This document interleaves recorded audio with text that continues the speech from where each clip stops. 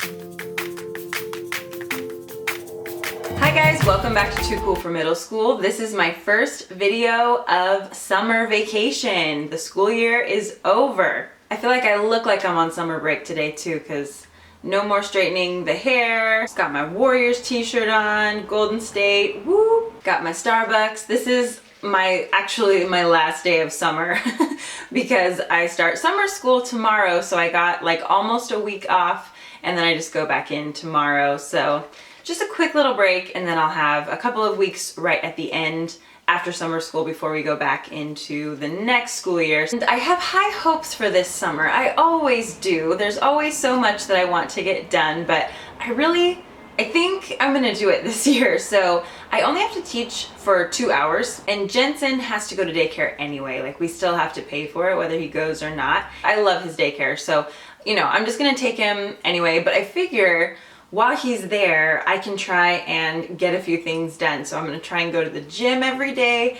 I'm gonna try and read every day. Got my little summer reading list. Now, I noticed that there are no teaching books in this list. I was like, I don't even have anything in mind that I wanted to read, but you guys are a great source for things like that. So if there are any really impactful education books that you've read, please list those down below. I don't even know where to start, so give me some suggestions if you have any. And the rest of what I have is like a really mixed bag. It's not necessarily like new releases or anything right now. A couple of them are. Some things are really, really old. It's just some random stuff that I've been collecting that I order on Amazon whenever inspiration kind of strikes. So I've got a lot here. And it's also pretty obvious that I am in like grieving mode over my thesis and that I don't have any more research to do for my master's.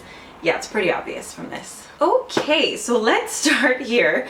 This book is called Sweetness and Power: The Place of Sugar in Modern History by Sydney W. Mintz. This is one of those books that I've actually had for quite a while, and I've read 60 pages of it. I probably need to go back and reread that.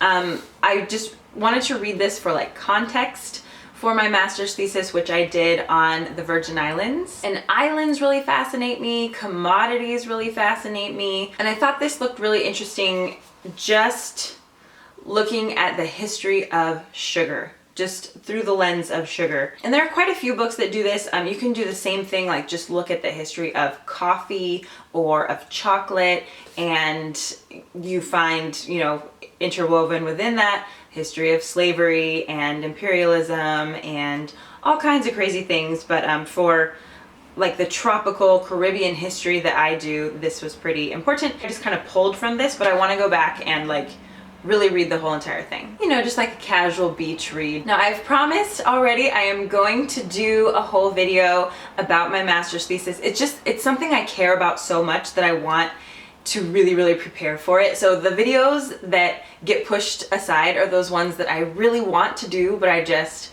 want it to be so good that I like feel too much pressure. So anyway, I will be doing that, but my thesis was about Rothschild Francis, who is my husband's great-grandfather, and he was from the Virgin Islands.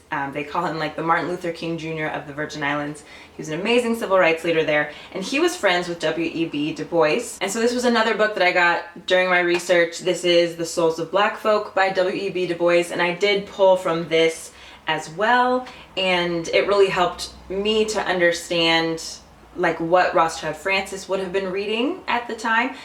These two exchange letters quite often. I actually have a painting right there that Rothschild Francis painted for W.E.B. Du Bois and sent to him as a New Year's Eve present. Let's see, it was 1925. Yeah, let me just hold this up for you. Isn't that cool? He painted this. It says, "Greetings from St. Thomas." We've got a guy and a plant. So those were some really fun things to come across in my research. And gosh, everything that I've read from Du Bois is just like mind-blowing when you read it. Is incredible. And so I wanted, you kind of read a lot of like quotes by him, or just things that are cited in other sources, but I really wanted to read his work from beginning to end, and it's not that long. So this is another thing that I'm going to be working on this summer. We have a theme going here, I know. Also, I wanted to read this. This is a narrative of the life of Frederick Douglass, an American slave, written by himself. Now, I've had this for a while as well. I think they were like sold together on Amazon, and I did start reading this as well. The pages are really big. I wanted this like for my classroom. I don't know how practical it is for my classroom, but again, I just wanted to be super familiar with it so that I could like pull passages from it or whatever for students.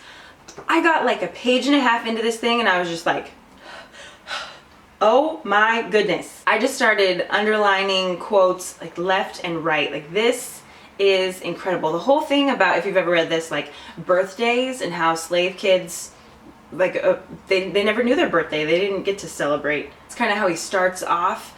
It's just so incredible. And again, this is not very long either. So this is something I can read in 2 or 3 sittings.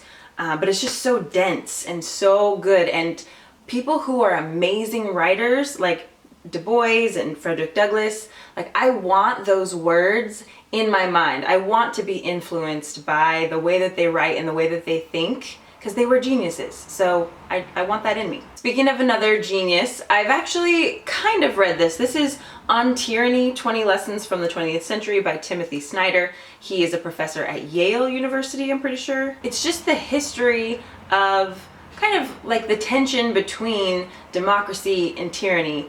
And we kind of take democracy as a given, but there were so many democracies that were established that kind of fell into tyranny. And so this is just lessons from things that have happened in the past. So in the very beginning he says, since the American colonies declared their independence from a British monarchy that the founders deemed tyrannical, European history has seen 3 major democratic moments. After the First World War in 1918, after the Second World War in 1945, and after the end of communism in 1989. Many of the democracies founded at these junctures failed in circumstances that, in some important respects, resemble our own. He goes on to say, history can familiarize, it can warn. And so I just, again, want this knowledge in my brain, even though I'm done with my master's and I don't plan on getting a PhD in history basically because I don't have $1 million, but I want to continue my education. Okay, the next thing is a little bit lighter. I grabbed this from Amazon, metaphorically. This is the 365 Days of Wonder, Mr. Brown's Precepts.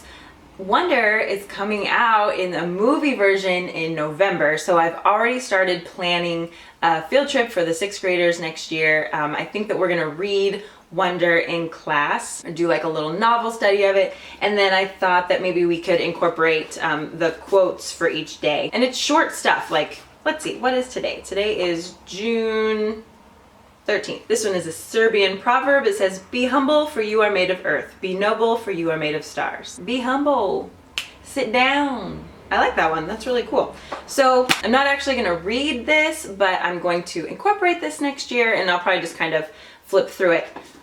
By the way, Mr. Brown is Daveed Diggs in the movie. I'm so excited about that. I can't wait for the movie to come out. I'm just so excited. Okay, another book that I got during my master's. There was this one semester where I was taking a landscapes of literature class and then a history of like environmentalism, kind of. It wasn't called that, but that's kind of what we studied. So, you know, kind of running through both of those classes was Silent Spring by Rachel Carson, and we constantly referred to this book. I know what this book is about. Dang, 1962? Oh my goodness. Gosh, I was kind of thinking that it was more recently, but yeah, 1962.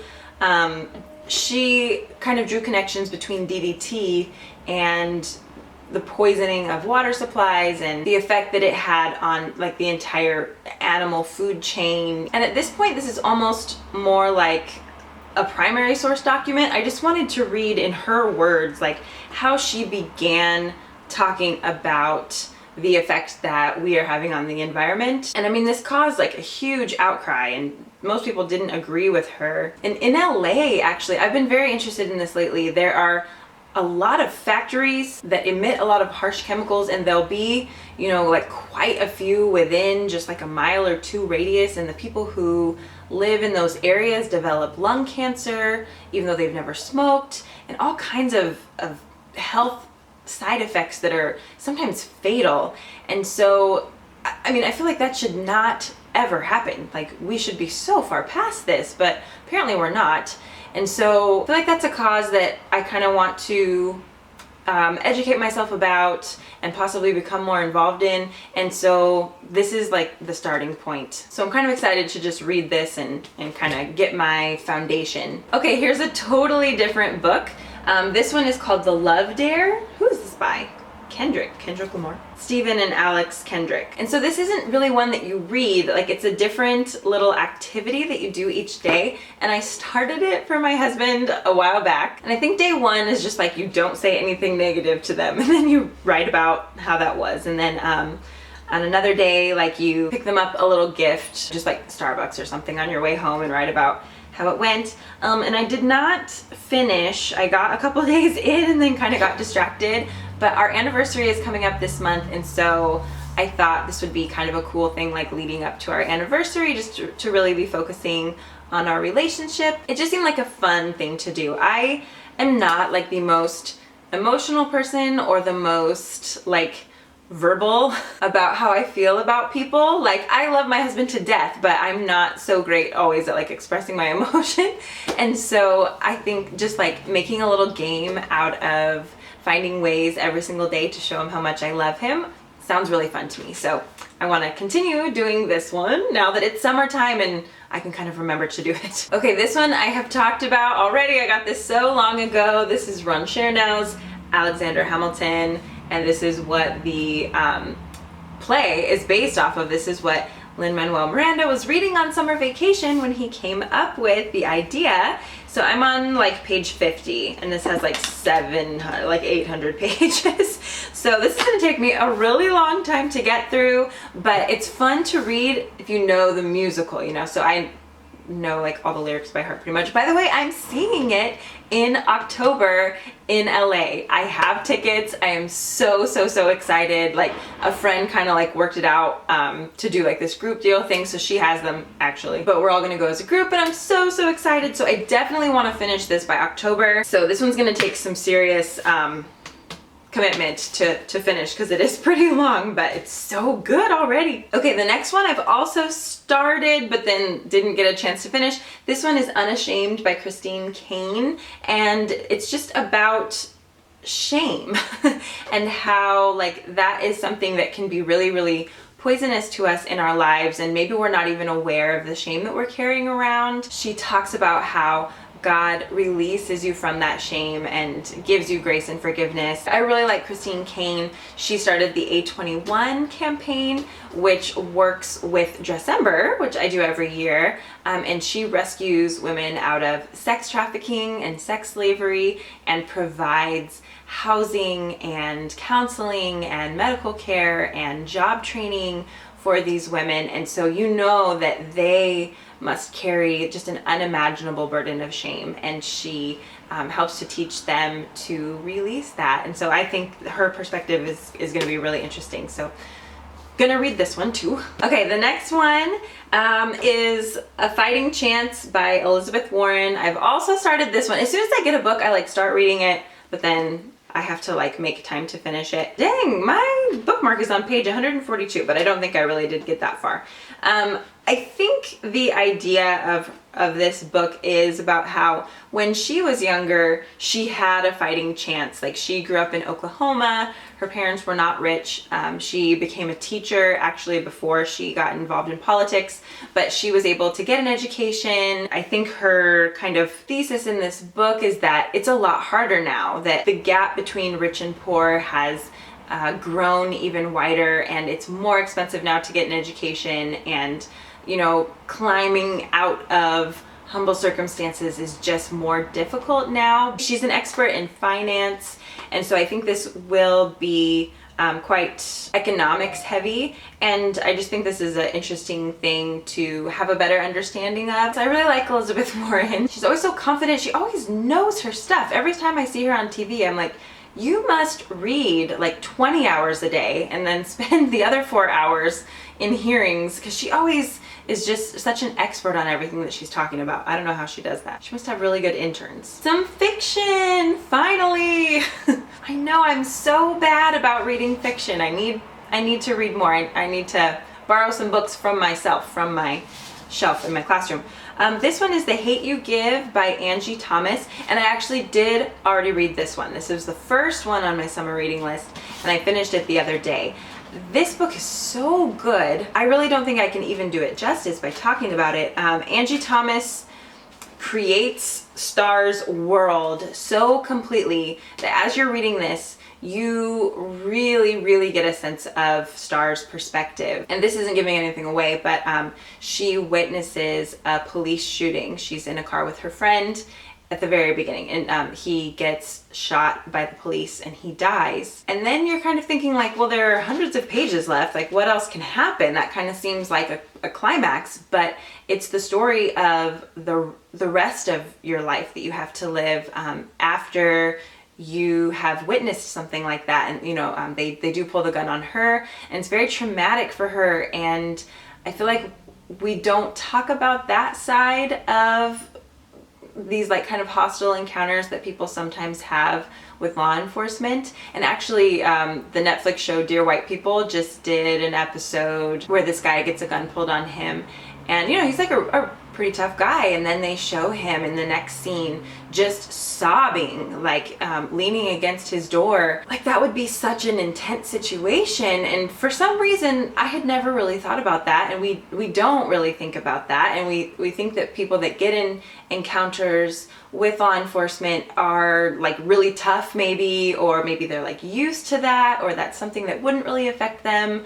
But of course it does. Of course it does. So anyway, in this book, she's a witness now, but she doesn't really want people to know that. So it just kind of follows the story of her kind of trying to navigate that. Plus, she lives in a rougher neighborhood, but her parents wanted her to go to school in a private school outside of her neighborhood. So she really has to kind of like code switch every day and kind of live two different realities and be two different people, and her worlds kind of start to come together, and it's very stressful for her. But I think this is just a great example of a book that you can read and really put yourself in somebody else's shoes. That's my favorite thing about fiction. I know I don't have that much fiction on my list, but I love that about stories, that good writers, through the dialogue and through the characters and the setting, really make you feel like you're there and you're empathetic towards them, and you can kind of predict what you know they might feel when another character says something. And it's such good practice for real life. This is why I do love teaching English. I know like history is my thing, but this is my favorite thing about teaching English and teaching novels and teaching literature, is just immersing yourself in someone else's world and someone else's perspective, and kind of getting outside of your mindset that you're used to having and looking at the world in a different way. So I highly recommend this one. It's great for that. Okay, last one. Finally, this video is so long, I'm sorry. I just ordered this. This is The Seasoned Life by Ayesha Curry, and obviously, I mean, I'm wearing my Golden State t-shirt today. Last night, the Warriors won the NBA championship. I was so excited. We let Jensen stay up all the way till it was over. All the post-game coverage and everything. Me and my husband were so excited. We were like big Steph Curry fans. I like his style of play, for one thing, and I love how he kind of changed the game and brought three-pointers back in. He like just makes things so exciting. I love the Splash Brothers, all that. Oh, Riley was on TV last night. I was like, yay, Riley sighting! And then Ryan is their other daughter, and Steph Curry was like carrying her too. I feel like they're just really good role models. They're such a cute little family. And I like when, you know, just good, nice, wholesome people are in the news and, you know, have positions of influence. I just like that, and I like to support them. I think Ayesha Curry is really cute, really positive, and she's a chef. Food, family, faith, and the joy of eating well. This cookbook has a lot of seafood recipes in here. She's really into seafood. I can see One side of her family is from the Caribbean. They're from Jamaica. So that was exciting for me since my husband's family is also from the Virgin Islands, from the Caribbean. So I thought that would be cool to learn a couple of Caribbean dishes. And we're not like super into seafood, but we really like salmon, and I just don't know how to cook it well. But there's a couple recipes in here. This one sounds so good. Apricot glazed salmon with summer squash and zucchini. I think this is like the first one that I'm gonna try. I'm gonna get some ingredients for that today. I also wanna try Stefan's 5-ingredient pasta. This one looks really good too. It was just nice to get a little like glimpse into their world. I flipped through all the pages and all the recipes, and you know, she has little like blurbs next to each recipe about what it means to her. I think the dinner section is my favorite, and I'm excited to try some of the recipes from here. That's another thing that I'm gonna try and do this summer is cook. Keep our kitchen stocked, stay up on my grocery shopping, and do some more cooking. We're so busy during the school year that sometimes that falls by the wayside. So I have a very long reading list, but I'm excited to get started on them. I'm gonna try and set aside 30 minutes every single day right after summer school while the baby's still at daycare, just to sit and read. So we'll see how that goes. I'll let you know how I like these, and give me your suggestions for good education books. So I hope your summer is off to a great start, and I'll see you in my next video. Bye.